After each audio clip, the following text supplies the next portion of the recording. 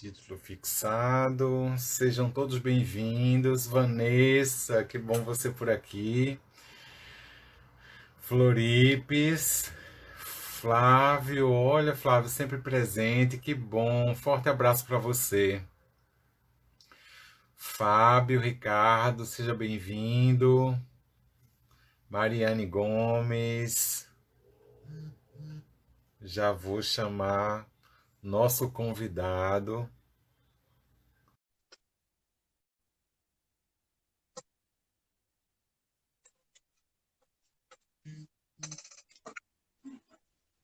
Opa, Fábio! Oi!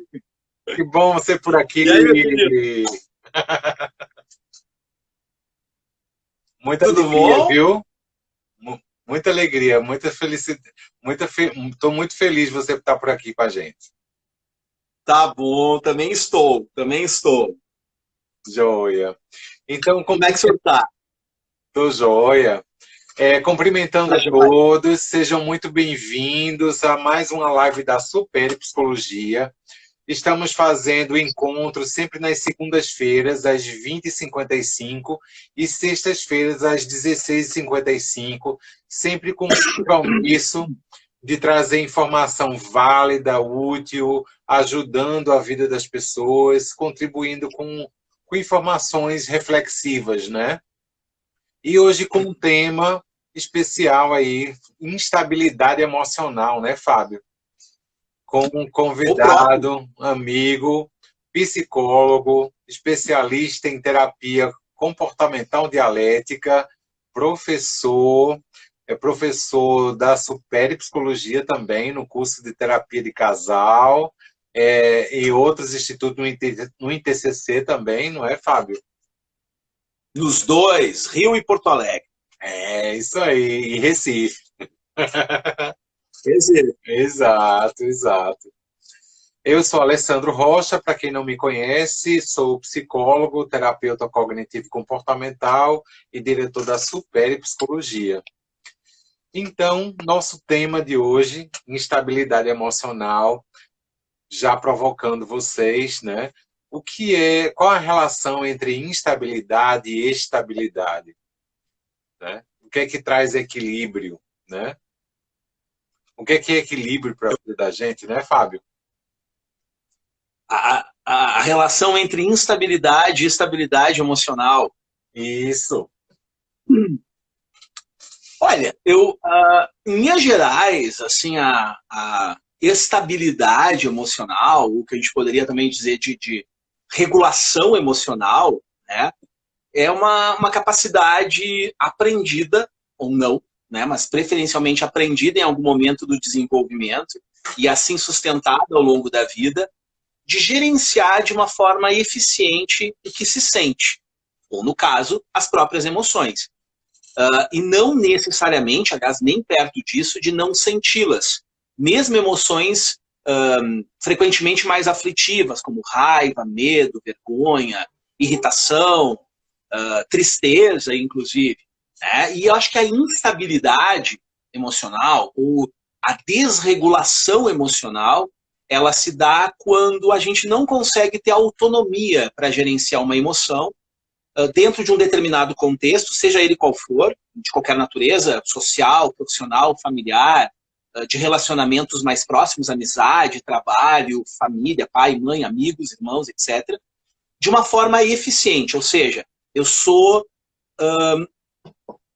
gerenciado por uma emoção que tem uma função importante, sei lá, fico com raiva de um colega, muito triste com uma perda, muito envergonhado por um constrangimento que passei, e não tenho habilidades suficientes para gerenciar essa emoção de uma maneira eficiente e assertiva, comprometendo de maneira importante o resultado desse gerenciamento, promovendo mais instabilidade, ou seja, mais temperatura aumentada dessa emoção, ou até mesmo outras emoções consequentemente. Acho que seria mais ou menos isso. Estabilidade passa a ser uma autonomia para gerenciar, sentindo uma emoção condizente com o contexto, e a instabilidade é a ausência de regulação emocional para gerenciar uma emoção pertinente àquele contexto. em linhas gerais, eu penso assim. E isso acontece, né, Fábio, porque nem sempre se consegue avaliar as situações baseadas em evidências, né, de acordo com os fatos. Nem sempre se percebe de acordo com os fatos. Há um julgamento, há uma interpretação, muitas vezes distorcida daquela situação por diversos motivos, né? E nessa percepção, a emoção vem numa intensidade muito alta e não consegue perceber. Tu não estás ouvindo? Não estou te ouvindo, meu querido. Tá me ouvindo? Vê se melhora agora.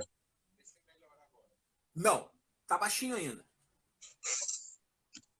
Vocês estão me ouvindo? Deem um sinal de joinha aí para mim, para ver se vocês estão me ouvindo. Deixa eu ver aqui. Tu me ouve, Ali? Sim, muito bem. Tá, eu não tô te ouvindo. Alô? Eu te ouço muito baixinho. É? Então vou falar mais alto para ver se a gente consegue. O pessoal tá dando joinha aí. Deixa eu fazer uma coisa. Talvez se tu colocar o fone... melhor. Me dá só um Isso, ok. Então, gente, complementando, há uma intensidade maior, né, na intensidade emocional. Nessa intensidade emocional... Oi, agora? Ótimo. Pronto. Eu também coloquei o meu para facilitar. Então, nessa intensidade emocional, a gente ensina no consultório, né, baseado de acordo com as ondas, né? Tem aquelas ondas, né, baixinhas, tem aquelas ondas maiores, tem aquelas ondas tipo tsunami, né, de acordo com a intensidade emocional. E quando a gente percebe de uma forma que muitas vezes está baseada naquilo que a gente percebeu errado ou disfuncional, provoca uma intensidade muito maior, né? Sem dúvida, não só do evento propriamente dito, seja ele qual for, de novo, não importando o contexto, mas além da própria interpretação, talvez distorcida ou enviesada por distorções cognitivas do evento, há também distorções acerca das próprias emoções e da função dessas emoções. Não é incomum as pessoas se irritarem ou terem raiva num contexto ou ficarem muito tristes num determinado outro contexto e ter também uma interpretação dessa resposta emocional distorcida, baseada em mitos emocionais, que torna a experiência emocional ainda mais quente, ainda mais insalubre e ainda mais tóxica. Eu já ouvi inúmeras vezes, por exemplo, pessoas com fobia social, um exemplo, Claro. Quererem minar a emoção constrangimento, vergonha das suas vidas, por acharem isso completamente inaceitável. Isso é impossível. Quer dizer, ou pelo menos é muito trabalhoso, não eventualmente a gente se envergonhar de alguma coisa que disse ou que fez, ou que não disse ou que não fez, uma gafe cometida, ou até mesmo um grande fora que se dê, porque é o sinal, né? É o mecanismo de alerta que eu tenho de que eu preciso reparar aquela relação. Então, assim, eu só sei que eu fiz merda com alguém se eu simplesmente me sentir de alguma maneira intimidado, ou de alguma maneira tocado por isso. E como que eu sinto isso? Com a vergonha.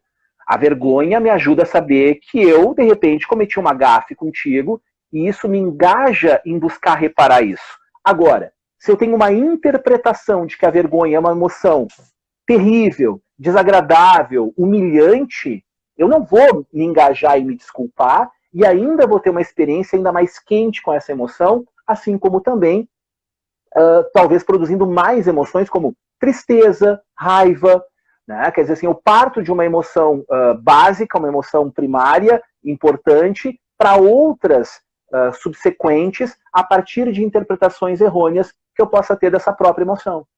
Então, além da distorção do contexto do evento, por exemplo, de ser lido de uma maneira distorcida, pode-se ter também, e não é incomum, uma distorção de interpretação sobre o que aquela emoção representa e para que ela serve. Perfeito, perfeito, Fábio. Muito bom.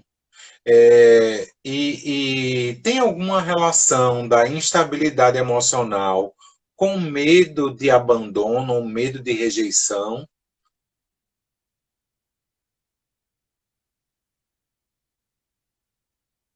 Parece que travou um pouco, né?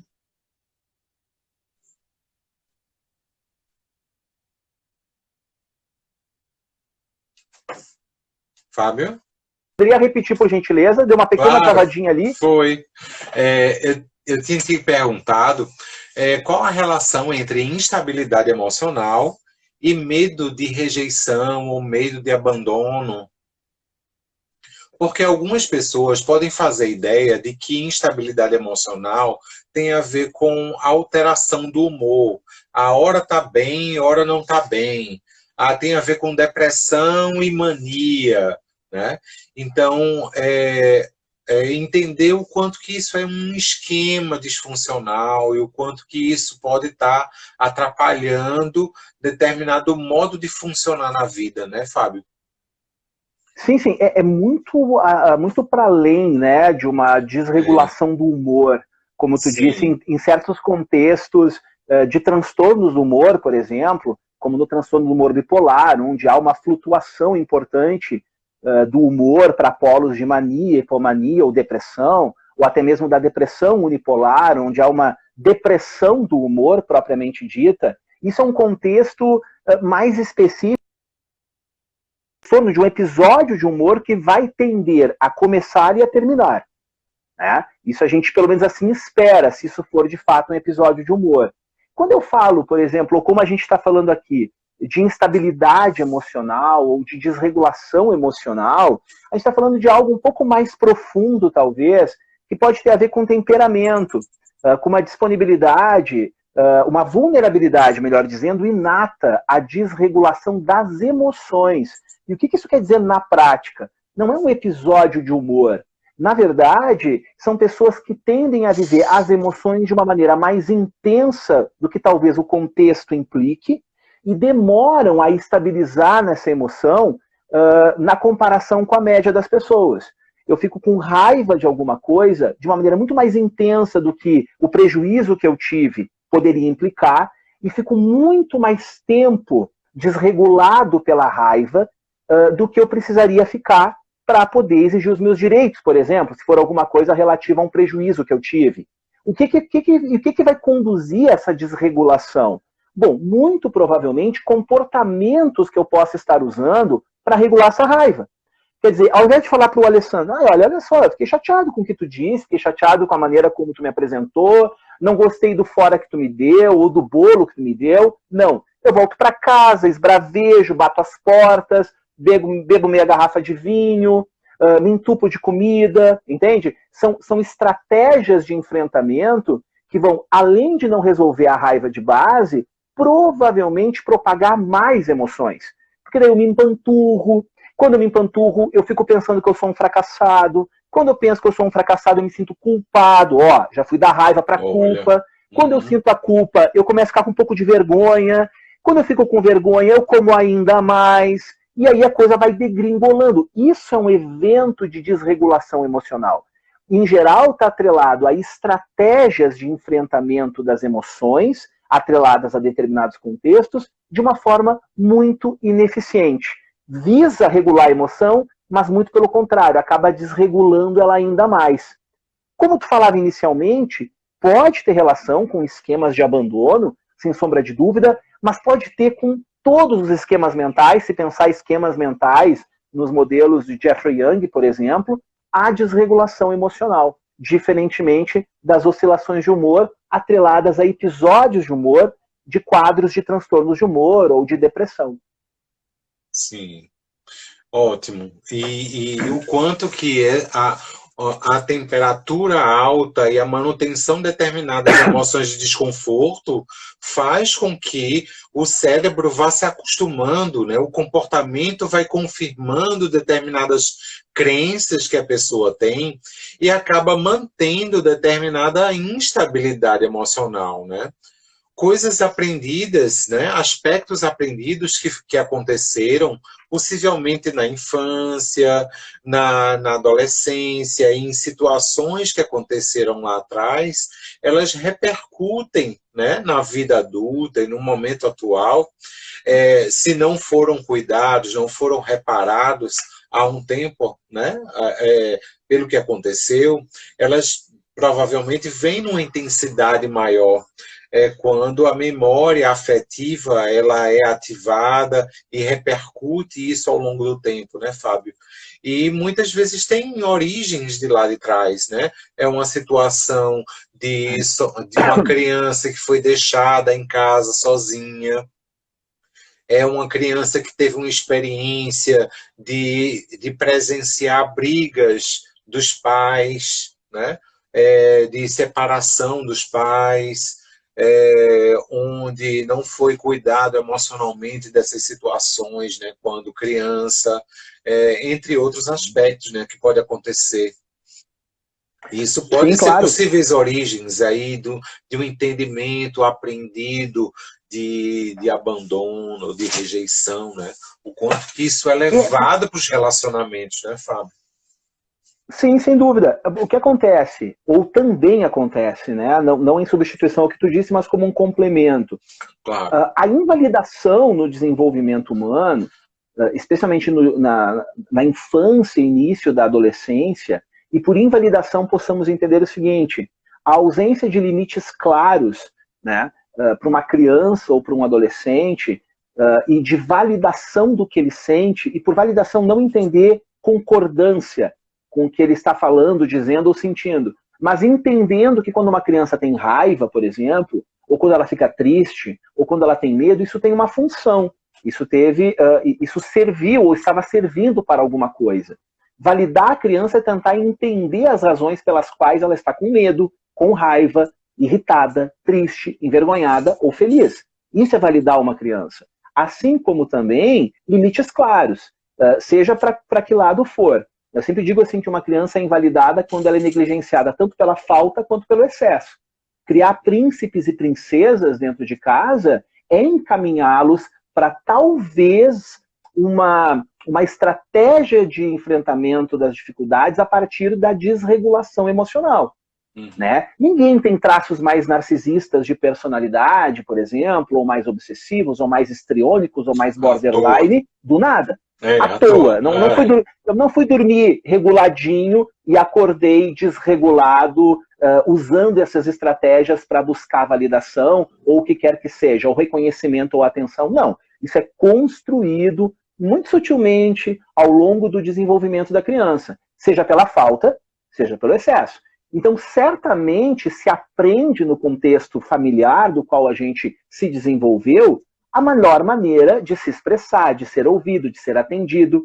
Eu sempre digo que adultos desregulados emocionalmente, não raro, com traços mais borderline, mais histriônicos de personalidade, não necessariamente, mas mais frequentemente, é um bando de criança e adolescente num corpo de adulto pedindo atenção e limite. Mas é o único jeito que a pessoa aprendeu de ser reconhecida nas suas necessidades. Porque quando ela chorou, mandaram ela parar. Quando ela foi mal na escola, ela foi rotulada de burra. Ou ela ganhou uma bicicleta. Ou seja, faltou coisas muito essenciais e básicas e que não contribuíram para que ela conseguisse criar um discernimento de pedir ajuda de uma maneira mais eficiente. Ou de entender, tão importante quanto, que as emoções dela têm valor, são necessárias e podem ser autorreguladas quando reconhecidas. E reconhecidas não é mimá-las, é reconhecer mesmo. E isso acontece muito, seja por uma desregulação emocional ou até mesmo uma inibição emocional. Isso pode ficar polarizado na vida adulta, né? Faz sentido? Sim, faz sentido. O quanto que é importante a gente entender as experiências na nossa vida, nos extremos, né? A gente tem uma tendência a viver um extremo de um lado, o extremo do outro lado, para poder achar depois o equilíbrio, né? E o quanto que a desregulação emocional nos aprisiona nas situações do passado, né? Sim. E provavelmente elas foram eficazes, né? Assim, mesmo que a custo de muito prejuízo para resolver problemas. Provavelmente. Elas não estão ali também gratuitamente.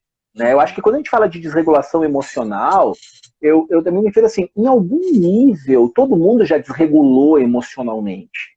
Uhum. Né? Não é uma experiência tão... Ela não é limitada a transtornos de personalidade. Ela é parte da experiência humana. Né? A questão é que, para algumas pessoas, ela é muito mais frequente e ela é um marcador de resolução de alguma problemática emocional ou até mesmo circunstancial das relações que ela vive. E esse é o problema. E certamente foi aprendido. Porque, na verdade, o que acontece? Quer dizer, a criança chorou, a criança se intimidou, ficou quietinha, ninguém deu bola. Mas quando ela deu o piti, deram. Né? Quer dizer, quando ela se atirou no chão no mercado, todo mundo parou para olhar, todo mundo parou para acudir, todo mundo, mesmo que de uma forma ineficaz, ela foi punida, mas aquilo pelo menos ela teve um respaldo, um olhar, e não é diferente para o adulto. Né? Quer dizer, quando a pessoa está mais alterada emocionalmente e com um comportamento consequentemente mais regulado, ela é notada, ela recebe limites claros, alguém dá um para-te quieto, brigam com ela. É uma forma de obter cuidado e olhar, mesmo que de um jeito muito ineficiente. Quase lá no final das contas, eu diria que, obviamente, são marcadores muito mais complexos do que isso, mas em linhas gerais, é uma forma muito ineficiente de comunicador, né, de comunicar o sofrimento, seja ele qual for. Ou, no caso de algumas pessoas, a inibição emocional. Né? Há uma trava muito grande de explorar as próprias emoções e de comunicar-se de uma maneira eficiente, optando pelo silêncio, optando pelo isolamento, optando por outras formas, até às vezes mais tóxicas do que a própria desregulação. É muito mais silencioso, mas também muito problemático e muito prejudicial e muito sofrido também. Sim, sim. Eu quero aproveitar, né, para cumprimentar algumas pessoas, todas as pessoas que estão acompanhando a gente na live, né, Alessa, Vivian, sejam bem-vindas, Juliana Batista, tantas outras pessoas estão aqui acompanhando nossa live, sejam todos bem-vindos, muito bom, né, ter vocês aqui. E o quanto que é muito importante a gente visualizar esses marcadores, né, de aprendizado. Né? Coloquem um joinha se está fazendo sentido para vocês aqui na nossa live. E queria lembrar vocês de marcar um coraçãozinho para o Instagram impulsionar nossa live e o aviãozinho aqui, se vocês marcarem outras pessoas para assistir a nossa live depois. Ok? Então, Fábio, eu fico visualizando alguns casos de pacientes, né? De Ângela também está aqui, ó. Ângela, parceira lá da Supere. Alô, Ângela. Olha a parceira da Supere.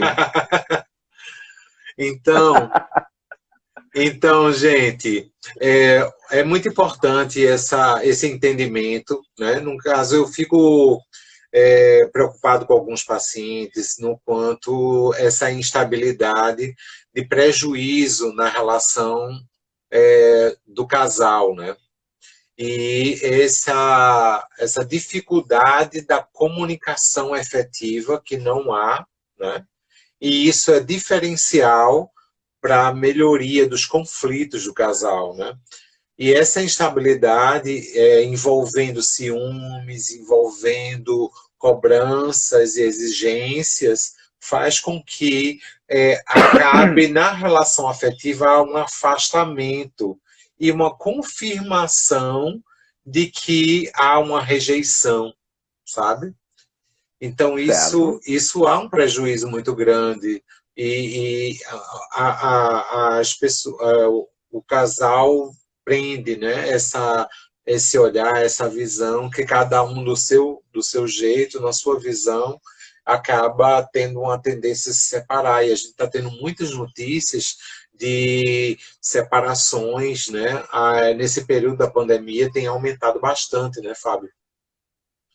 E cada Não, um... Oi?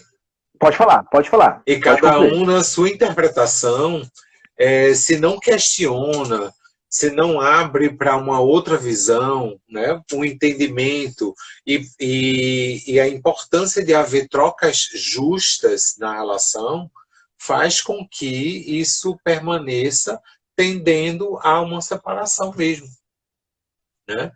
Tu tem alguma Sim. visão sobre isso, alguma dica que a gente possa compartilhar? Eu acho que tem duas coisas, assim. Uma é levar em consideração que as pessoas que estão de fato mais isoladas, socialmente falando, né, assim, mais em casa, e são casais, no caso, né, que é natural ou esperado que uma convivência mais acirrada, mais frequente, ela leve a mais problemas, naturalmente falando. Né? Isso a priori não era para ser um problema, era para ser esperado dentro de uma relação de intimidade. Pode ser casal, pode ser pais e filhos, pode ser amigos que dividem o mesmo espaço. Isso é perfeitamente natural que aconteça. O problema não seria exatamente esse perfeitamente natural que aconteça, mas a maneira como os conflitos, em maior quantidade, quando a gente é obrigado a passar mais tempo com alguém, vão acontecer, como eles são solucionados. E aí entra uma coisa que é crucial. Tu falou em comunicação. Bom, comunicação, como que ela melhora?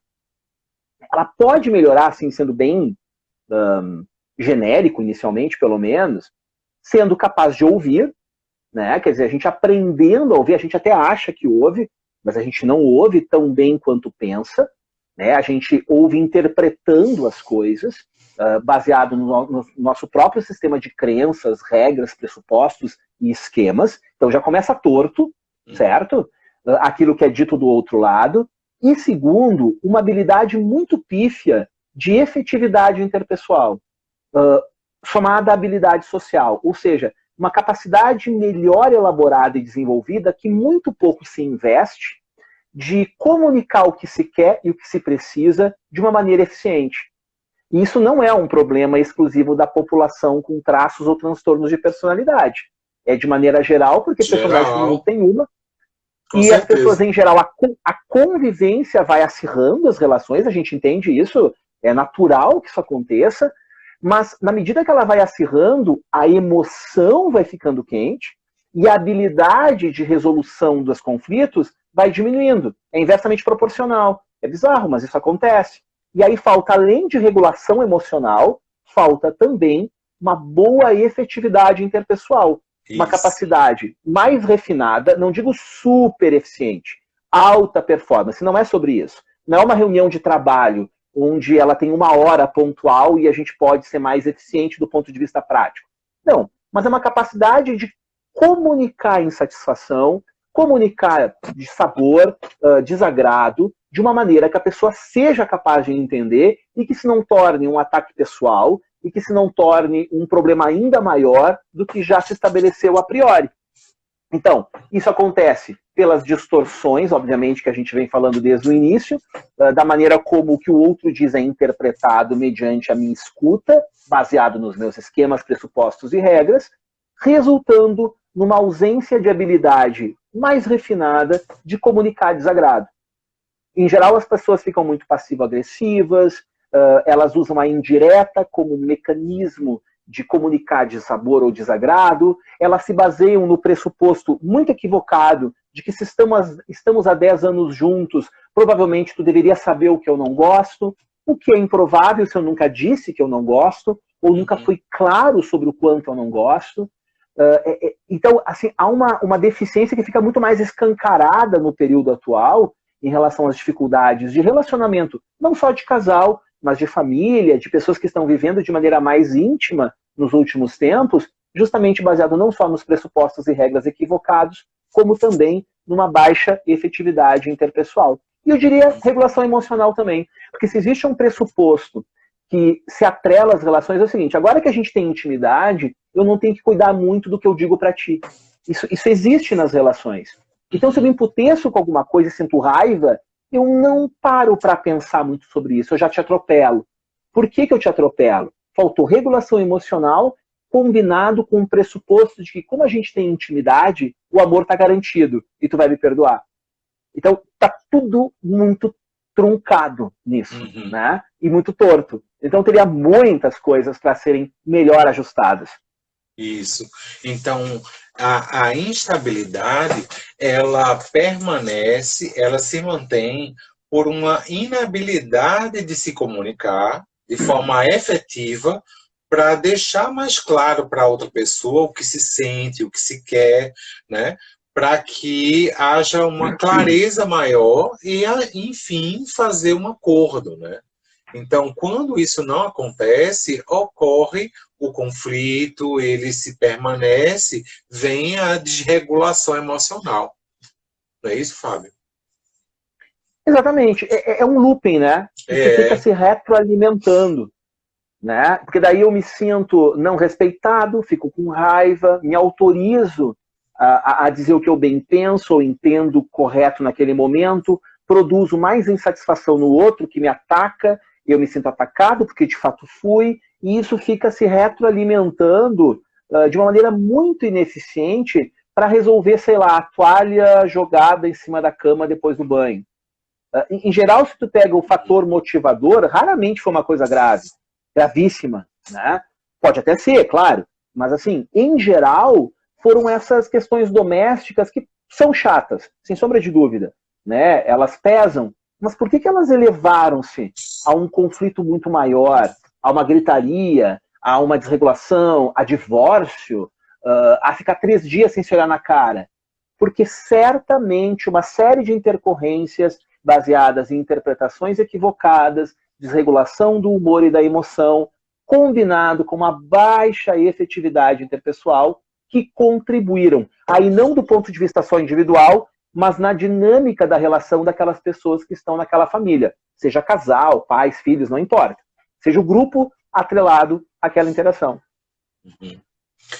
E para ajudar, né, a gente precisa observar os fatos, né, e descrevendo isso, o que é evidência é o que pode ser pego por uma câmera, né?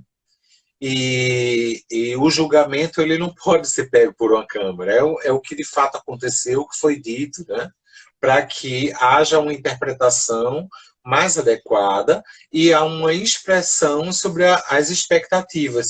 É que a tendência na instabilidade emocional, as expectativas são muito elevadas, né?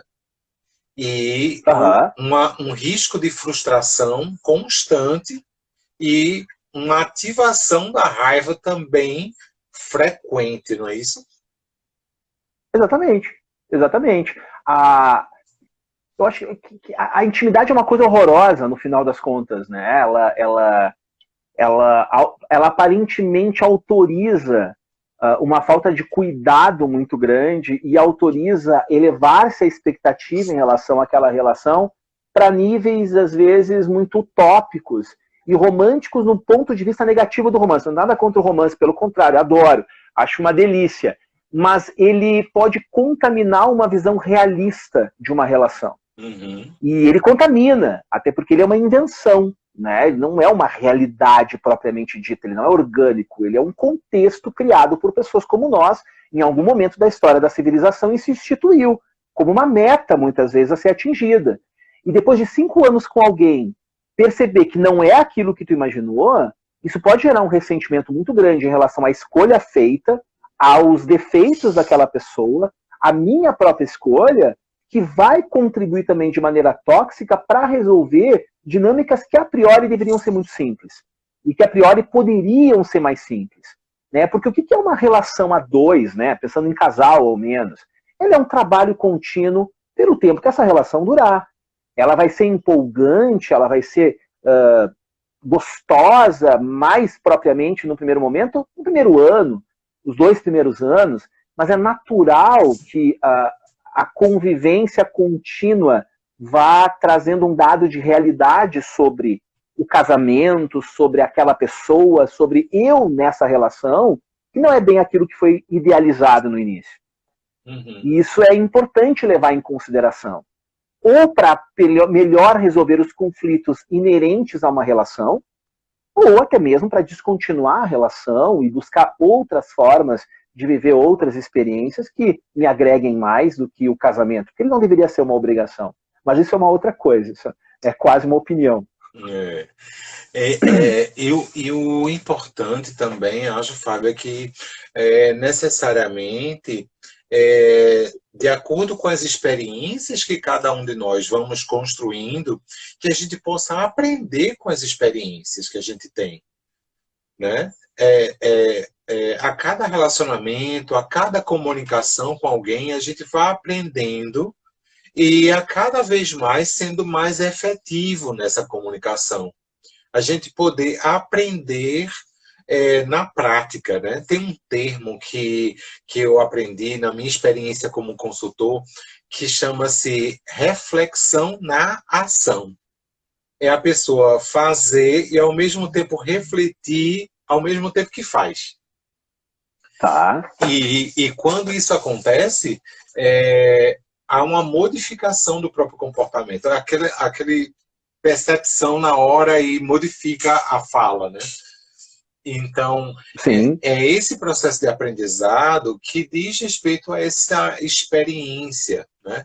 Que é aprendida ao longo do tempo, né?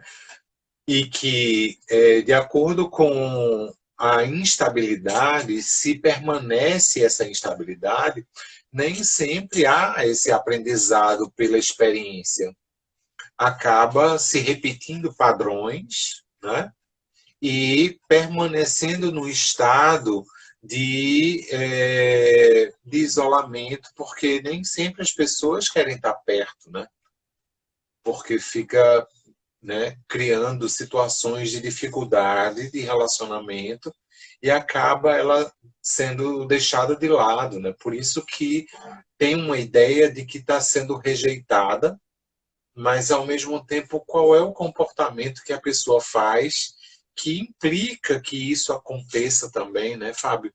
É a percepção do próprio comportamento que dificulta em alguns momentos, né? É que o jeito da gente ser, que se traduz nas nossas características de personalidade, ele é um ponto cego para a gente, né? Quando isso acontece, vamos lá, pensando em linhas gerais, por traços mais arraigados de uma determinada personalidade, não importa qual, isso não estaria atrelado só àquela do cluster B, onde a desregulação emocional ou a instabilidade emocional é mais frequente e mais esperada, mas em todas. Dificilmente alguém que tem um transtorno de personalidade ou um traço mais arraigado de personalidade acredita que o seu comportamento padrão ele é o motivador ou catalisador da maior parte dos problemas que ele tem. Muito pelo contrário. Opa, tá me ouvindo, Ali? Tô sim. Só o vídeo que travou um pouquinho. Tô. Oi. Oi, tá me ouvindo? Tô sim. Agora tá. Deu uma travadinha ali. Tá bom. Agora foi. O que eu estava dizendo, o que acontece é que isso é um ponto cego para quem tem. As pessoas genuinamente não acreditam e não percebem, é muito sincero quando elas dizem isso, que elas estão deliberadamente contribuindo para a rejeição, para o afastamento, para o isolamento, para as pessoas serem mais agressivas ou distantes ou mais duras com elas. Elas não têm essa percepção aguçada, até porque parte da característica de personalidade dela não tem esse discernimento. Caso contrário, não seria uma questão relativa a um traço mais arraigado de personalidade. Então, é muito comum elas atribuírem os problemas que elas têm nos relacionamentos a terceiros. É o mundo que é ruim, é os homens que não prestam, é as mulheres que não querem nada sério, entende? Só que, em geral... Errados são os outros. Isso é externo a elas. Não é um problema delas, é o mundo que tem um problema. E isso é bastante trabalhoso no âmbito da psicoterapia, embora, obviamente, possível de ser trabalhado, gerar uma dissonância, né? Gerar um discernimento gradualmente sendo conquistado de que ela é uma participante ativa da realidade da qual ela faz parte. seja nos âmbitos das relações amorosas ou amizade. Deixa eu só traduzir o que é dissonância, né? Significa autocrítica, tá, gente?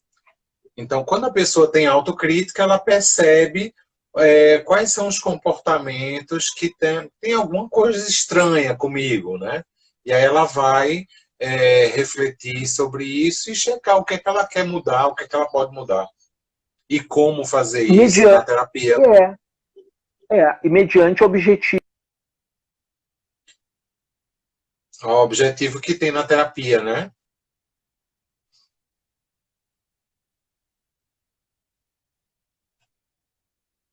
Deu uma travadinha. Ok.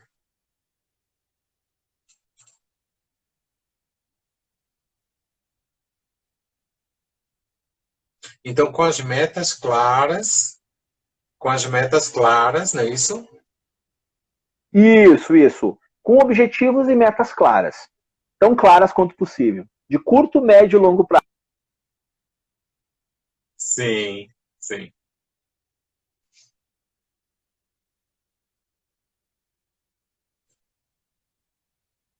Gente, tá fazendo sentido para vocês? Marquem aí o joinha.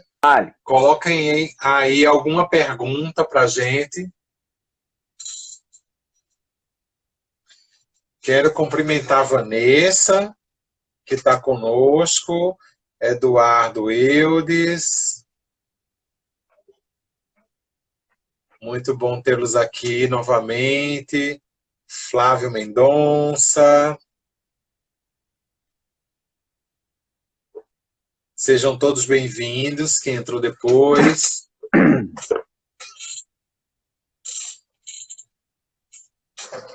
Tá fazendo sentido para vocês? Marca o joinha aí. Impulsione nossa live com um coraçãozinho. Tu virou um blogueirinho, Ali, é isso? O quê? Tô aprendendo. Tu virou um blogueirinho? Olha só! Olha! Fazendo 2 lives por semana agora, ó. Tá ótimo, já é blogueiro. Já é praticamente uma profissão. E como é que a gente pode, né, Fábio, dar algumas dicas de como estabelecer caminhos da estabilidade emocional, né?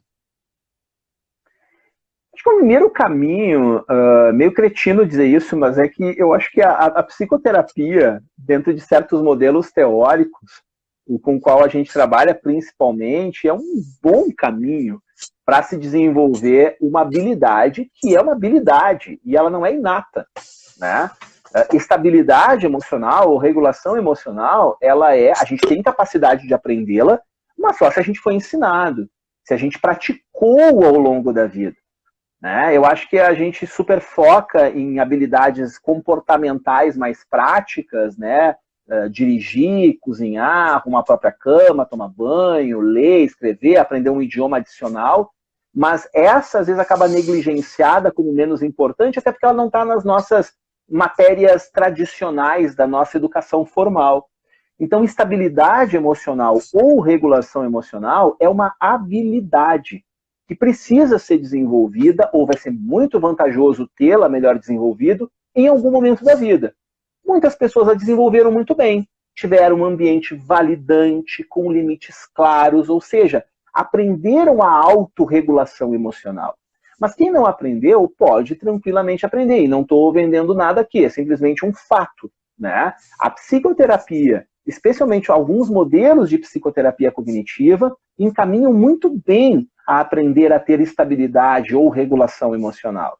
E o caminho para isso passa a ser, inicialmente, entender a função de cada emoção humana, entender para que elas servem, qual a função delas, a que necessidades elas atendem, para posteriormente começar a aprender uma forma mais eficiente de regular essas emoções quando forem ser sentidas, em determinados contextos.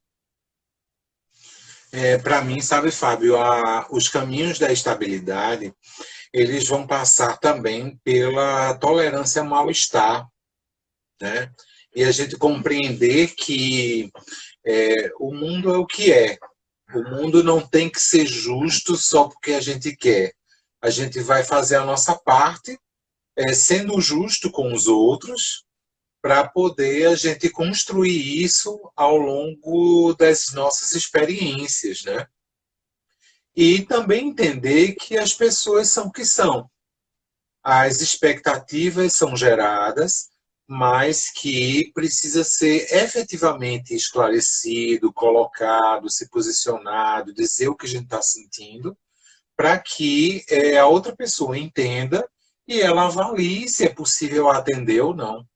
E a gente pode compreender o lado que a outra pessoa, né, diga não, se for o caso, e a gente também tem o direito de dizer não, até chegar a um acordo para que haja uma adequação melhor das expectativas, né? E não entender que o não que as outras pessoas dão necessariamente é um prejuízo para a pessoa que tem essa instabilidade, por exemplo, né? A instabilidade é saber lidar com a frustração também, né, Fábio? Para que haja essa regulação emocional e não conduza a raiva sempre de uma forma muito elevada. A gente poder avaliar, né, a condição da situação para poder discernir melhor, ponderar, usar a sensatez, né, para que haja um equilíbrio maior, né? Realmente, assim, ó, quando a gente fala em regulação emocional, de maneira alguma a gente está falando de não sentir as emoções, como frustração, por exemplo, né, ou raiva, ou tristeza, ou irritação, ou qualquer emoção possível de ser sentida numa interação humana. Né? As nossas interações, de casamento, de amizade, de trabalho, ou com o mundo que nos cerca, elas são muito complexas. E elas passam por todas essas emoções. A gente até as separa didaticamente para melhor se entender, mas não raro elas brotam ou elas se manifestam até conjugadas umas com as outras. E é trabalhoso regulá-las. Mas o caminho da regulação é inicialmente uma aceitação radical da presença dessas emoções quando congruente com determinado contexto. Seguido de uma outra estratégia aí colocada por ti, tu acabou citando todas as da DBT praticamente, da terapia comportamental dialética, que é a regulação emocional. Eu fiz estudo também. Eu imaginei. E a tolerância ao mal-estar. Aplico a DBT também. Tá bom, sabemos disso. Sabemos disso. A tolerância ao mal-estar, ela é também uma boa habilidade, uma necessária habilidade, porque às vezes o que está acontecendo é de fato tão terrível, ou tão chocante, ou tão triste, que eu preciso ter uma habilidade de tolerar aquele mal-estar, porque ele é totalmente congruente com aquele contexto. Uhum. Mas de uma maneira a não me prejudicar ainda mais, que esse é o problema que a gente trata em psicoterapia. Não é eu receber uma notícia, sei lá, de uma tragédia, por exemplo, e ser indiferente a ela. Mas é o que eu sinto a partir dessa informação não ser resolvido com comportamentos que me tragam ainda mais prejuízo. A tolerância ao mal-estar é uma estratégia que dentro da terapia comportamental dialética a gente usa como um meio mais rápido, mais eficaz de tolerar um agudo sofrimento, muitas vezes pertinente ao contexto em que ele está acontecendo, sem se comprometer ainda mais. E a regulação emocional viria num segundo momento. Né, uma habilidade de resolver emoções mais frequentes de uma maneira também sem se comprometer ainda mais. E isso vai passar por uma habilidade de comunicação mais eficiente com o mundo que me cerca, que pode ser traduzido pelo cônjuge, pelo irmão, pelo amigo, pelo colega, pelas pessoas que me cercam, de maneira a não comprometer ainda mais problemas nessas relações que vão efetivamente provocar ainda mais instabilidade ou desregulação emocional. Uhum. É isso aí. Deixa eu ver se tem algum comentário, pergunta.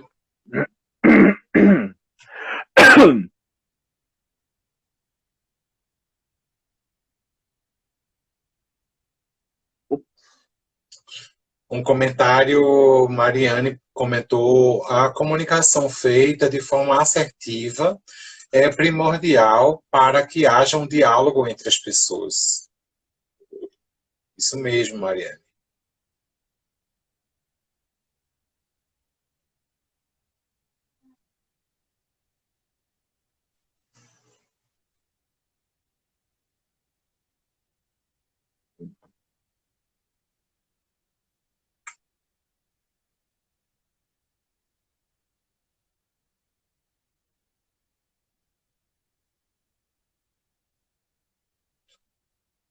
Tu tem mais algum comentário, Fábio?